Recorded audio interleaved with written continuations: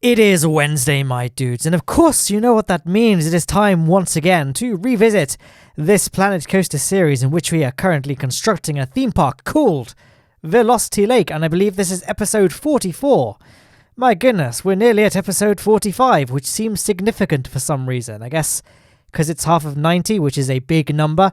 I don't know, I digress. We're looking at a nice overview of the theme park thus far, and you can see we've kind of got this awkward spot of land. You know, we've got the nice grand suspension bridge as it crosses the river to meet up with this brand new giga coaster complex that we built over the previous few episodes. But then to the right, there's just this awkward patch of land, and I thought it'd be worth filling this up with something. And why not make it a restaurant? Because we've got those shops on the opposite side of the path. I thought it'd be nice to have a sort of little shopping street along this strip of land. So that's what we're going to do. We're going to have the one side be the shops we built last episode, and on this side, we're going to be building this little restaurant. And it's in a prime location for a restaurant, right? We've got this wonderful little spot that overlooks the lake, Velocity Lake, in fact, the namesake of the park. Let's make it a little restaurant with an outdoor decking area. I was about to say docking area for some reason, I guess because I've been playing far too much Kerbal Space Program. But more to the point, it's probably because there's going to be a little dock as well connected to the decking area. So it's going to be a nice little build. And I think I said this last episode when I sort of teased this episode, or like at least mentioned what we'd be doing in this episode. I hope it was last week's episode anyway, episode 43. And I mentioned I was really, really happy with how this building turned out. And I know Beth, my girlfriend, says that, says it's her favorite building that she's ever seen me build. So if that's worth anything, then I'm going to throw that in to kind of help generate the hype for this episode. So I hope you enjoy the next, 18 minutes or so. I hope. I don't think I could talk about this thing for 40 minutes again. That was brutal, doing a 40-minute commentary after a full shift at work in the blistering heat and under with my surgical mask and face shield on. I was like living in my own little self-contained greenhouse on my head inside an already hot room. I was doing the same thing again today, to be fair, but it's not been quite as warm, and I got a nice cold glass of iced water. I know the Pepsi Max will not be making a return this week, sadly, but worry not, it'll probably come back at some point. But Pepsi, if you'd like to sponsor this channel, maybe you can come back a little bit sooner to my hit Planet Coaster commentaries. And people are asking for this series to go on a separate channel just because they don't like seeing it in their subscription feed. So, there's been many glowing reviews to this series all round. Anyway, as you can see, I'm going for a traditional building style. Obviously, the shops across the street are... Well, actually, I was going to say they follow a sci-fi theme, but I guess they don't. They're just a very plain white theme, but the roller coaster behind them has a very light sci-fi theme. Indeed, there is a spacecraft I can see lingering in the background of this shot right here. So there is a kind of spacey theme, sci-fi theme, but this restaurant will not be following that theme. It's going to be a very traditional building style. I'm not quite sure what it's traditional of. I think I just based it loosely on this sort of reservoir side structure in the UK. I guess... There's a name for this architectural style. I was kind of just winging it. I had a very vague muse I was looking at, but I wasn't really focusing on it too much. It's its own thing. I believe it uses the Ghostbusters DLC parts for the walls, and I believe these roofs just come with the game. And it's going to be a very, very nice build. I really like how it came out. Like I say, I've already hyped it up to too much, but we're already 3 minutes into the commentary, and I feel like I've discussed everything that needs discussing. I guess I could say that this thing also has a toilet block attached to it, and the restaurant structure itself is basically just filled with those restaurant expansion pieces, and I don't even know to this day if I'm using them correctly. I assume you build the restaurant entrance in Planet Coaster and then just attach those expansion modules as much as you want, and that's all you need to do to build a restaurant. I could well have been doing it wrong this entire time, but I'm sure someone will have pointed it out at this point if I was doing it wrong, although granted, I think I've only ever built one other restaurant in this game, at least when it comes to actually building with the restaurant parts, and that was in the Industrial Revolution little mini-series within Velocity Lake, and no one commented about it then, I don't think. So I hope that I've been doing it right. If I've been doing it wrong, someone for sure will leave a comment below, hopefully, maybe, I don't know. A lot of you have said you don't even play Planet Coaster, so I'm flattered that you like my content enough that you watch a game. You would watch me make gameplay footage of stuff that you didn't even play, so... Thank you, but I'm assuming most of you are at least somewhat familiar with how Planet Coaster works. Anyway, you can kind of see we've got the basic structure of this thing done. We've got this very big Alpine-esque overhang for the upper floor. And I've got a little archer there just because, and again, in case, I'm just going to say this for those that aren't aware, because every week, well, most weeks, there is at least someone who says, this is my first Planet Coaster video I've watched of yours. So I'm going to reiterate it anyway. I like using that archer piece there just because he is very, very close in scale to the guests of the game, as in the actual guests that walk around the park, of which there are none because I haven't opened Velocity Lake yet. But he is very, very close in scale to the actual in-game people. So when you're trying to build buildings to a person scale, because why wouldn't you in Planet Coaster? Although I guess you'd want to use force perspective at times, so maybe there are reasons you wouldn't. But regardless, in this case, I do want to make it human scaled. The archer is really good because he's very close to matching the scale of the humans in this game. So that's why I use the archer in oftentimes weird looking places. He's not there to stay. He's not part of the scenery. He's just there to sort of act as a guide for me when I'm building things at a certain scale.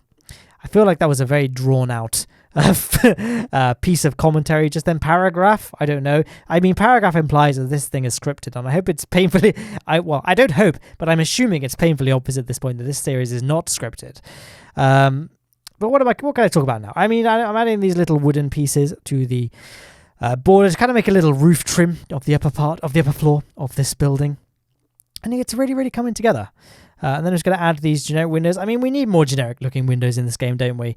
I mean, most of the windows, unless, I guess, in their defense, Frontier have added more generic looking windows, but they're always part of a wall piece. They're not separate, just window pieces that you can stick to a wall and are also, free from being bound to the grid, so you can do lots of cool manipulations with them using the advanced move tool. You can't do that, so it would be nice to get some, non-grid bound pieces, or, at least non-wall specific bound pieces. It would be nice to get some more generic looking windows. I guess the advantage of the new generic windows that are bound to wall pieces is that they are actually transparent, so you can look through them. Although in this case, transparent windows is not what I want, because obviously the inside of this building is completely barren. It's just blocks of restaurant expansion pieces. So there are advantages to having, opaque windows. Anyway, here you can see me placing some walls to cordon off the toilets.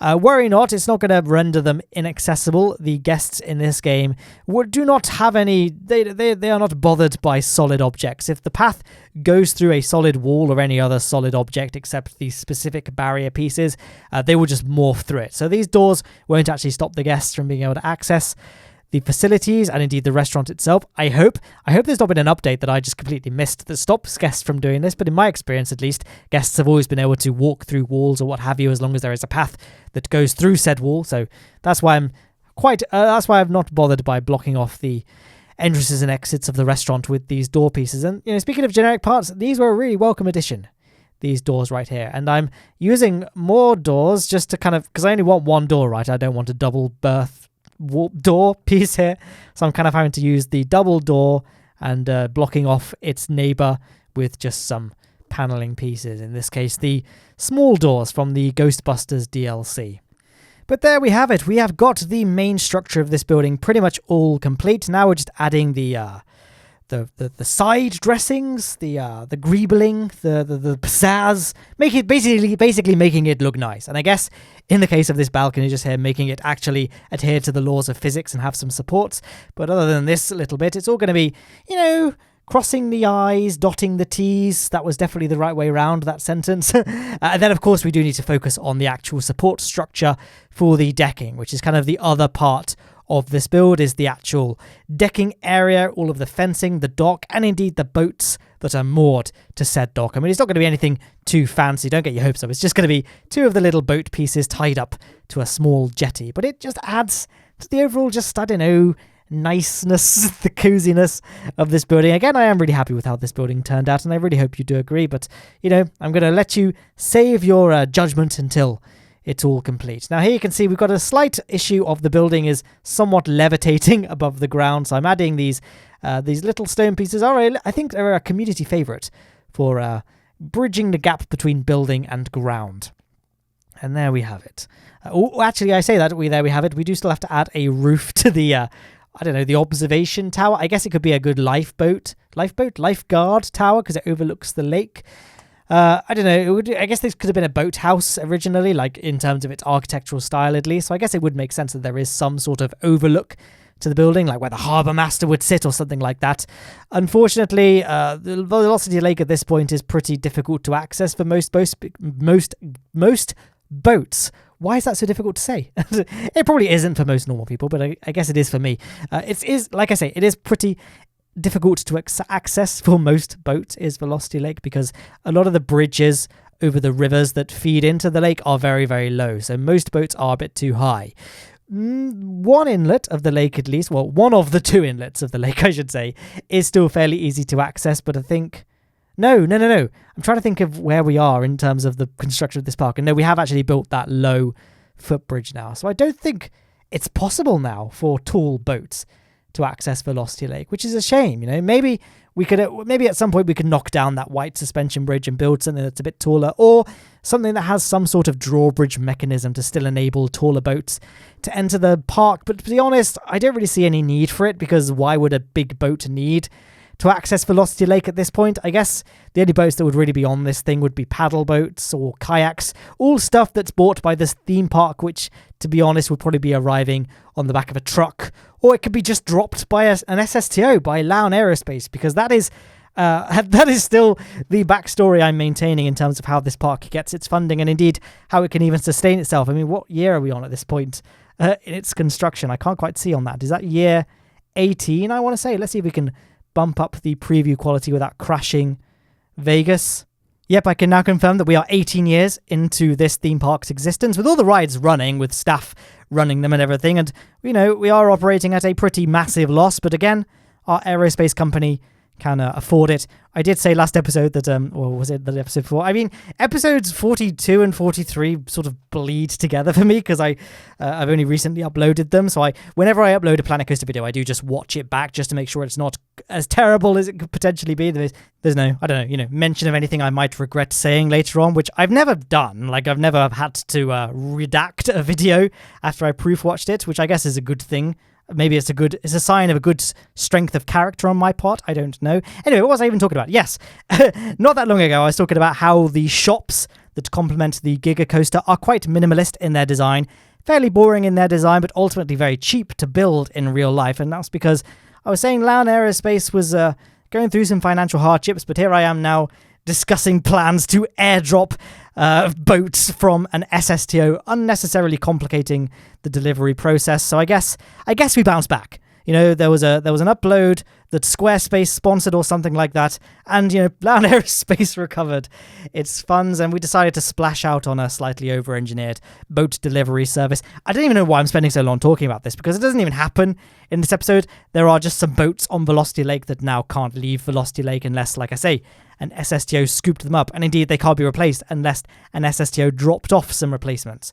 I don't even know why I'm so hellbent on SSTOs. It's not like I've made Kerbal Space Program videos that, it's not like I've not made Kerbal Space Program videos, I should say, that feature terrestrial craft. Like, we could have it delivered by a Cranaplan or a supersonic airliner. Granted, now I'm saying these out loud, these are no less ridiculous than an SSTO, but I guess I could make a Kerbal Space Program cargo helicopter just to then feed into the backstory of ways of delivering boats in Velocity Lake. I don't know what I'm talking about at this point. Why am I spending so long talking about this? Let's talk about what's on screen. I'm placing some lights. They look nice.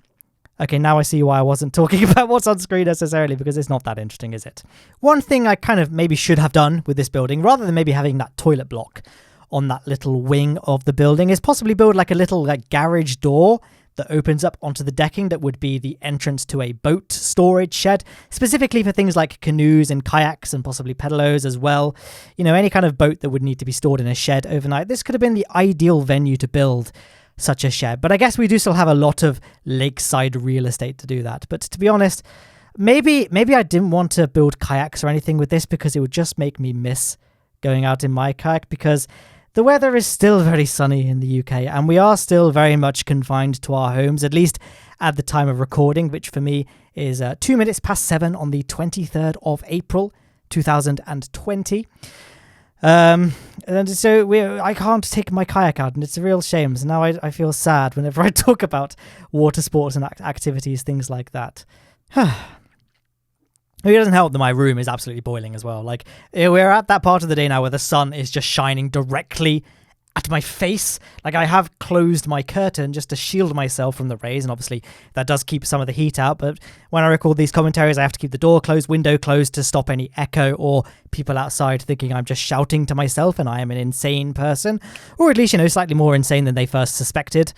So I'm losing it a bit. I'm losing my mentalness. That was a word. Here is a boat. Also, 2 boats, in fact. So I went with the rowing boat and the little steamboat.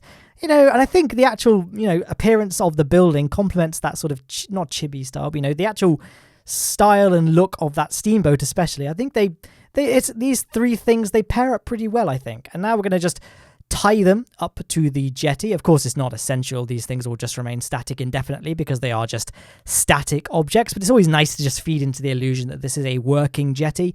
So we're going to tie them up using ropes. And I thought we'd go one step beyond what a lot of people would do, which is just add a rope piece between that hook and indeed the front of the boat. And I thought we'd, take the actual, I guess it's hung rope, like rope on a little hook, and offset it in such a way that it looks like the rope is simply looped around that little ring piece, and then we clip the rope that connects the boat to the ring via that hooked piece of rope. That was a really difficult thing to say because I'm so busy watching the footage so I can try and keep my commentary in sync with it, and it turns out it didn't even matter because now I've deleted that rowing boat. Don't worry not, fans of the rowing boat, it will come back. I guess this just made my commentary not so great now.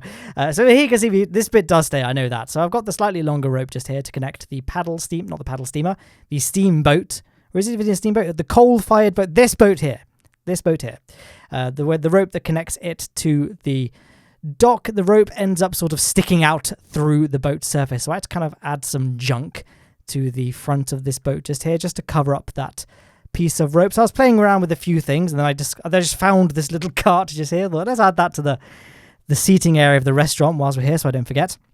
And I just went through the scenery tab here in super fast motion just there, trying to find small bits of stuff that could cover up the rope without infiltrating too much onto the rest of the boat. So I went with these crates in the end, or the flight cases I should say, just to cover up where the rope joins onto the boat. And I thought then it would be nice to sort of add something that for the rope to attach to rather than just simply clip through the hull of the ship. And that's what I'm doing here. But look at that, we are nearly at the end of this video. So what else? I'm just looking at the building around. Oh, that's what needs doing. We need to re-add the rowing boat. And much like the other boat, I don't even want to call it the coal boat, the big boat. That's probably the easiest way of differentiating these 2 things. Much like we did with the big boat, I wanted to go a little bit above and beyond and create some sort of rope attachment point to this thing, just to really sell the illusion that this thing is truly moored up. And so, we've got a much smaller surface area to work with, so I couldn't go with the other method I did with the big boat and use crates to cover it up. So I used those little, I think it's a screen attachment point, like a thing you attach a monitor to, the thing that attaches a monitor to a post. I think that's what the piece is meant to be used for. But it's really good as a sort of very small piece of greebling. It's one of the smaller pieces in the game, so it's excellent for greebling or adding little details such as a place for a rope to attach to a rowing boat as a random example. And now I'm just going to address the awkward gap between the suspension bridge or the suspension bridge's exit, I should say, and the Pizza Pen restaurant that we've just constructed. By the way, I don't think I ever mentioned it's a pizza restaurant because there aren't many restaurants to choose from in this game, and I don't think I've got any Pizza Pens in this park thus far, or at the very least not substantial ones, like there may be a little stall somewhere. We haven't got a big restaurant, so I thought that's what it could be. I digress. We're going to address the piece of land in between the 2 things. So I thought we'll just fence it off, add some trees, just because trees are the best way of making things look natural without having to expend that much effort. And I have said a few times in this series that my ultimate vision, well, I guess my initial vision and my ultimate plan for this park is to have it be a lake in the middle of a dense forest. So wherever there's wasteland, I'm going to fill it up with lots and lots of trees. Of course, for the majority of this series, there won't be many trees at all because I want to have space to build stuff. So I'm kind of going to do things the opposite way around to how they would be in real life, where in real life you would just deforest the areas you need cleared to build stuff. in this game, because it's a video game, we're going to start with a barren area and then just forest it. What the opposite of deforesting? We're going to forest it once we have all of our structures and rides and what have you placed. And I don't think I'm going to build anything in this gap, so I'm very happy just to add all the trees to the gap now, much like I've started filling in most of the space on the main island, the one with the Intamin Megalite, with trees and bushes. But that's it. Very, very quick process, as you can see, compared to the rest of the construction of this restaurant. And you can see I added a little gate as well, so gardeners can access it as well. But there we are. Going for a not quite real time, but not quite completely sped up part of the video, just to show off what we've built. And yeah, looks. I'm really happy with how it turned out, to be honest. Like, yeah, we could probably address the shop front that connects it to the actual main path of the park, but as an initial build, like this is how it is as a building, I'm really, really happy with how it turned out. And I really hope you guys enjoyed the video's still going on, but it's about to finish. I really hope you guys enjoyed the video and indeed liked watching the process of this building get built. I do like the little episodes where we just set out to build a building and then we just do it and it's all one episode. You know, a roller coaster has to be stretched over so many episodes. You can't really like have a nice contained story within the series. I don't know. Anyway, as you can see, there is an end screen. Left-hand side, full Velocity Lake playlist. Right-hand side is a video chosen for you by YouTube's recommendation, Robots. There is also a link to subscribe and check out my Patreon if you would like to do either of those things. In the description, you'll find Twitter, Discord, Instagram, merchandise, all that good stuff. Thank you so much for watching, guys. Goodbye.